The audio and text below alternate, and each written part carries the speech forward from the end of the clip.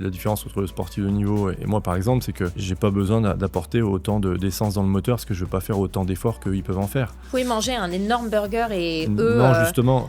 Eux, il vaut mieux pas. Après, il y a la quantité. Donc, sur le côté quantité de calories, j'en ai sûrement besoin moins qu'eux parce que eux, ils en dépensent beaucoup plus, même si je fais beaucoup de sport à côté, mais pas au même niveau de pratique, d'intensité et de fréquence. Mais le volet alimentaire, c'est quelque chose sur lequel moi j'ai pris conscience très tôt que c'était un volet qui était capital. C'est ce qu'on met dans notre moteur, quoi. La qualité des aliments qu'on y met, la construction d'une assiette va influencer notre santé générale déjà. Alors pour le sportif de niveau, ça va influencer sa santé générale, mais aussi sa performance. Mais pour le commun des mortels, déjà, bien manger, c'est très important parce que ça peut être pourvoyeur de tout un tas de problèmes, mais ça peut être aussi un moyen d'optimiser sa récupération, d'optimiser sa performance, sa pratique, faire en sorte d'être moins fatigué. Ça a une influence qui est énorme. Vous-même, vous êtes fatigué, j'imagine. Ça en fait partie, donc, mais c'est une règle qu'il faut s'appliquer à soi-même. Il faut se l'appliquer de manière régulière, quotidienne. Tous les patients que je peux avoir qui sont pas sportifs de haut niveau, leur faire prendre conscience que l'alimentation avec le sommeil, ce sont deux choses qui sont vraiment capitales pour la santé